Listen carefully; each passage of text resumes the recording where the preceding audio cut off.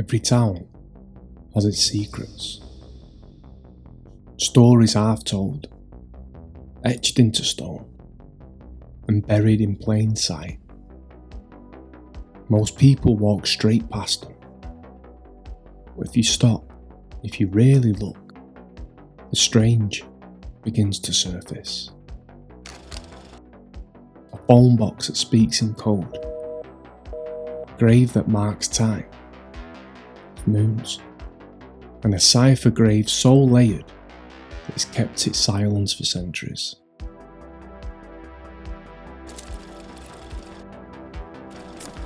They don't demand attention. They wait, hidden, patient, and watching quietly, waiting for somebody to notice. This is three strange things in Stockport.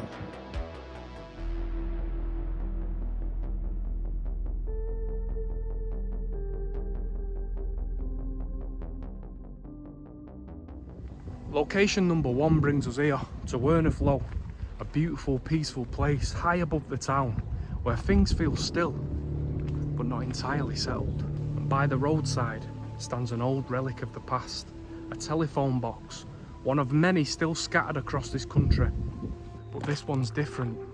On 3 sides of the telephone box you'd expect it to say what it'd normally say, but on the 4th side there's a strange word, and to this day nobody understands what it means. BT themselves have even been contacted about the box, and they can't give you an explanation why. They have no idea why this strange writing is on the side of one of their boxes. And here's where things start to get a little weird. It's now a defib box, and it's not owned by BT anymore. It's owned by the locals up here. And it's had a makeover. It's been repainted, and they've even changed the signage. But strangely enough, the strange writing that appears at the top has been kept. So this is the word. Go over and Google it, and if you Google it you will hit a brick wall, just like every other person has that has put it in the search engine. It doesn't mean anything, it doesn't translate into anything, but it must mean something to someone. And so there's only one last thing to do, and that's to head over there and check it out. This could be the strangest phone box in the whole of the UK.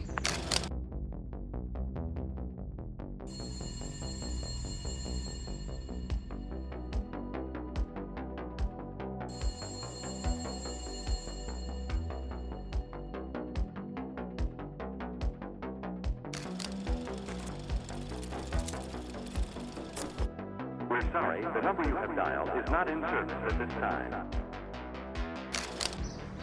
Right, so there it is, and as you can see, if I zoom in, on the sides it says defibrillator, but if you just look at that word, what does it mean? And it's strange because it's on the back of the phone box, it's not at the front. It's almost like it doesn't want to be seen, but the road passes past it, it was all the way up there. But on the back end of the phone box is that strange writing that no one can seem to decode.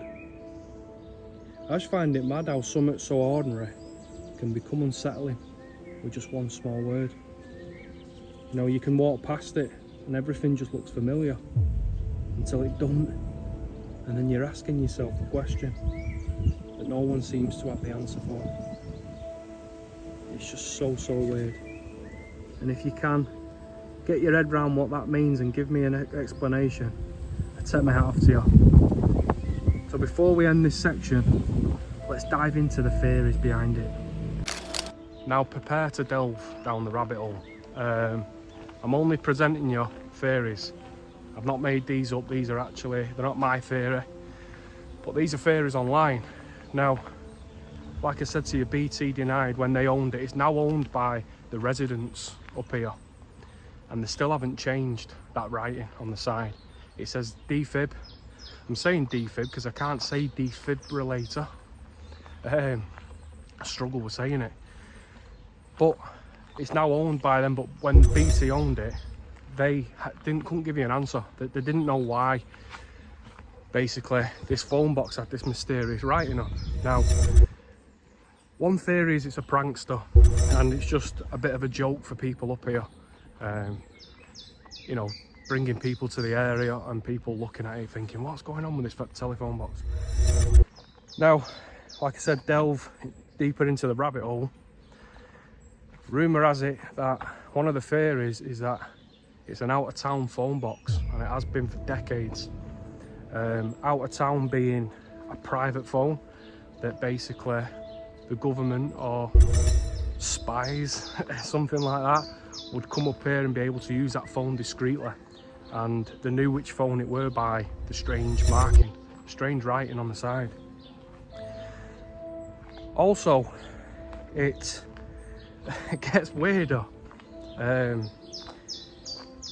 Over the years, it's been a bit of a hot spot because of the view up here. It's been a bit of a hot spot for UFO activity, and people claim something to do with UFO. Whether it was, like I say, the government using it for phone calls or something like that, I'm really baffled. But regardless, the writing makes no sense at all. It makes absolutely no sense. So like I say, Google it and you'll draw a blank. But it's not written in Flemish. A lot of people think it was like Nordic, Welsh, Flemish. And it's none of them. It's absolutely none of them. So it remains a mystery until someone can, opens up and says, oh yeah, I know what it is. It was this. We're never going to find out. So it's very, very strange. And that's just number one. This video does get weirder. So I'll see you at location number 2.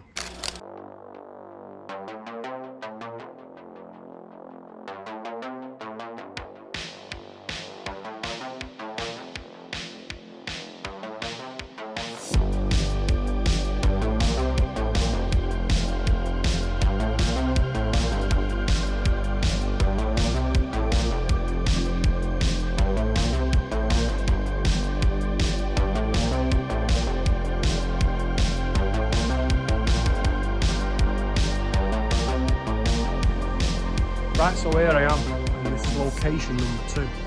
I'm right in the heart of Stockport, St Mary's Church. Now, Stockport is rich in history, as you probably already know. Just at the side of this church was a ginnel called the Ginnel of Ill Repute, and it was full of characters you really wouldn't want to mess with. Not just at night time, but even in the day, you wouldn't want to cut down this ginnel to go anywhere in the town centre. There's a marker there now to tell you what it was like, but it was just full of characters that are just, you wouldn't want to mess with, and it was full of drinking dens and violence. But that story's for another day, and that's not why I'm here today. I've just noticed these weird sort of pentagram symbols on the wall. That's pretty weird in the church. Like I say, I'm not here today to film the Ginnel of Ill Repute or even them on the side. I'm here for a very strange grave. Now, as you will all know, when somebody dies, it will say Joe Bloke, here lies Joe Blokes, born such a date, died such a date, age 70 or whatever.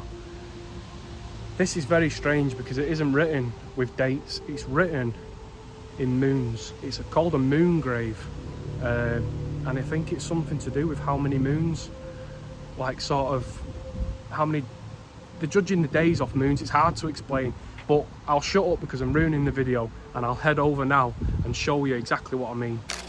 So, I've just found it a minute ago and I'm trying to locate it again. There is a very, very threatening message on the actual grave itself as well. This is it here. So I'll try to read it out. It says James Thornley of Stockport died October the 30th, 1825, aged 1,145 moons. Also Suzanne, his wife, who died July the 2nd, 1798 maybe, aged 737 moons. Now that's strange in itself, but what is real weird is there's a threatening message, and it says James Thornley and his wife, I think, lies under this stone, and cursed is he that disturbs one bone. Now that is a pretty threatening message, right in the heart of Stockport. Right, so the theories to this grave. Now, some people say that they were involved in some sort of witchcraft. Back then in the 1700s, people were very, very superstitious. So it could have something to do with that. And also, the threatening message. I mean, I have no idea why it was written in moons. It could just be, you know, into astrology or something like that. But the threatening message on it isn't really a deterrent to people now, I don't think. And disturbing the bones. Back then there was grave diggers, a bit like Old Canker. Don't know if some of you have watched the video that I did on Old Canker, who was a grave robber. I'll leave a link down below if you want to go and check it out. But I think it's more of a deterrent to grave diggers and grave robbers in particular. You know, a lot of people were dug up in graveyards like this and around Stockport and in Manchester for the valuables. So personally, I mean, I could be wrong, but I think it's a deterrent to people that, you know, sort of thought, well, he had a few quid in, let's see what he's got, kind of thing. But yeah, let me know your thoughts down below. They are just theories online, which I've just told you. But it's a very strange one, and I have no real idea really why he calculated his death by the rising of the moon and how many moons he saw throughout his life. That's what sort of, it's hard to explain, this one. It's really hard to explain because you can end up down a rabbit hole. So I'll leave it with you and I won't ramble on too much. Anyway, we're going to head over now to location number 3. And if you thought these two were weird, that we've just covered the telephone box and the moon grave, the third one is mind-boggling. So get your tinfoil hats on.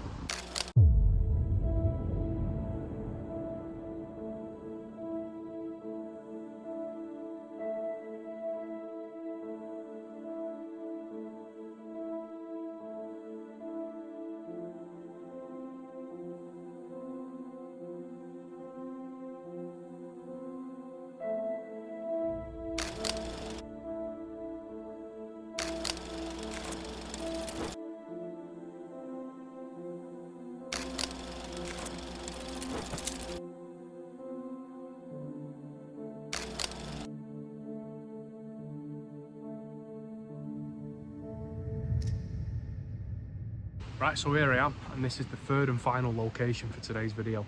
And I'm up in Mellor at the top of St Thomas's Church, and it's absolutely stunning up here.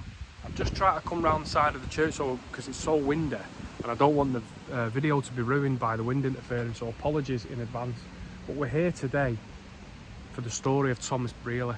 Now, Thomas was a block printer by trade, but his passion of his life, he was a Freemason. Now, I'm not going to sit here and lie to you and tell you that I know a lot about Freemasons, because I really don't. But I do know that the sort of like societies, and only a select few people can become a Freemason. And I don't know how deep you can get involved with it, but I know it can branch out into other things. But Thomas had a very strange life, and even stranger in death. Now, he had a custom made solid coffin built for himself. I think it was made from stone, and he had it sized up well before he knew he was going to die. It was full of strange inscriptions and ciphers and symbols that only Thomas knew about. Now, when he died under mysterious circumstances. Now, the story is that he just expired as he got older and died, but the other theory is that he fell from the actual church tower here and fell to his death and died, but I don't know how true that is. Like I say, his grave was so strange, his coffin was so strange that he had custom built with all these inscriptions on, and then when he actually died, they couldn't move the stone because it was so heavy, so they basically just put him in a wooden box. But he also had a grave which matched his coffin, with full of the inscriptions and everything like that. People have tried to decipher this grave, and I don't want to ramble on too much because I'll let you just see it, but you won't find a grave like it. It's full of codes, symbols, and there's even like a gold sort of triangle, almost like Illuminati style, on his grave. And to this day, people don't know what it's about, what it means. A couple of people have had a few guesses at it, and sort of worked out a tiny bit of what it actually means. But it's a very, very strange grave. So without further ado, I'm going to take you around now to have a look at his grave.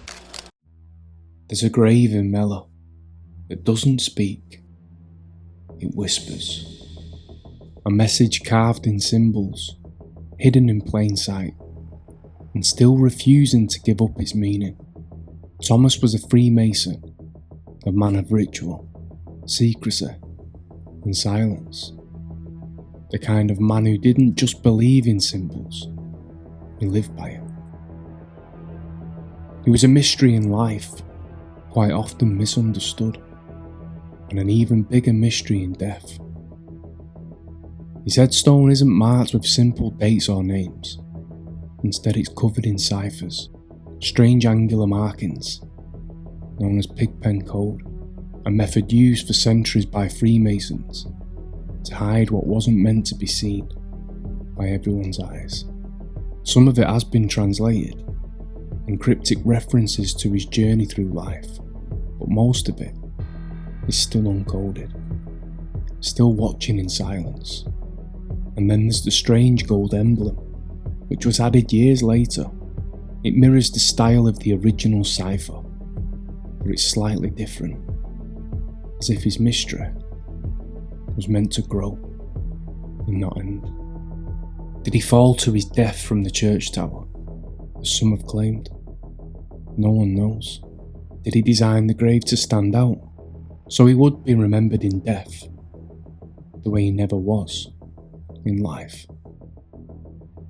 Or is it a warning, a ritual farewell, or a final act of defiance against those who misjudged him? Whatever the answer is, he took it with him to his grave. Right, so there you have it. Now that was 3 strange things in Stockport. I hope you've enjoyed the video. The only thing that I will ask of you is if you will comment down below, maybe some theories on what you think, maybe you have the answer to some of them, and which one sort of freaked you out the most, because I would love to know your thoughts and what you made of it. Now, for me personally, the telephone box on Werner Flow has sort of baffled me. You know, I've seen videos on it in the past, and it's just really one of them things that sort of linger in the back of your mind, like it must mean something. It could just be a prankster, but I really don't know. But the telephone box for me sort of stands out, and the fact that when it was adopted as well, the residents spruced it all up and cleaned it and made it into a defib, and then they've kept that old style writing and they didn't change that. That was the one thing that they didn't change. I don't know, is it sort of, I don't want to offend anyone that lives up that way, but sort of get like the World's End kind of vibe up there, that people are sort of looking at you going, why are you filming our phone box? But it's crazy. Yeah, that's the one for me that really did pickle my head at the time. So if this is the first time that you've watched the video, you know, there's plenty more on the channel like this, and there'll be plenty more in the future like this. So I would really appreciate it. You don't have to, but if you would subscribe to the channel, it doesn't cost a penny. It literally just motivates me to get out and do videos like this. So until the next time, thank you so much from the bottom of my heart for watching the video, and I'll see you all in the next one. Take care, everyone.